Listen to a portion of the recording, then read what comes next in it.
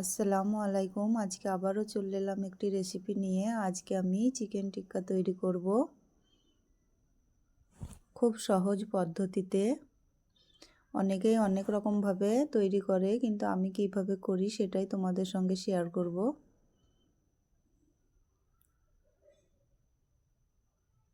দেখো, ভেতরটা এত জুসি, খুব সুন্দর হয়েছে। কাঁচা ভাব একদম থাকবে না। আমি যেভাবে করব তোমরা ওই পদ্ধতিতে করবে, দেখবে খুব সুন্দর হবে। প্রথমেই আমি চিকেন কিমা নিয়ে নিয়েছি 250 গ্রাম মতো। দুটো পেঁয়াজ দিয়ে দিলাম, কিছুটা পাতিলেবুর রস দিয়ে দিতে হবে, হলুদ, মরিচ, জিরের গুঁড়ো, ধনের গুঁড়ো, গরম মশলার গুঁড়ো সব কিছু আমি একসঙ্গে দিয়ে দিলাম। 1 চামচ মতো বেসন দিয়ে এটাকে মেখে নিতে হবে। কিছুটা পরিমাণে কাঁচা ধনে পাতাও দিয়ে দিয়েছি। আমি প্যানে তেল বসিয়ে দিয়ে এটাকে আমি এই শেপে হাতের সাহায্যে আমি এটাকে দিয়ে দেব।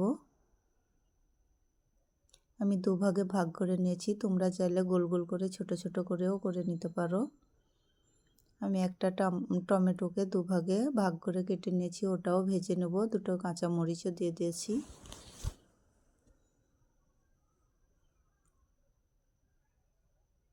এপিট ওপিট সুন্দর করে ভেজে নিতে হবে, লাল লাল করে। আঁচটা একটু কমিয়েই রাখবে। ভাজা হয়ে গেছে, এটা আমি তুলে নেব। খুব সহজ পদ্ধতিতে হয়, তোমরাও করে দেখবে।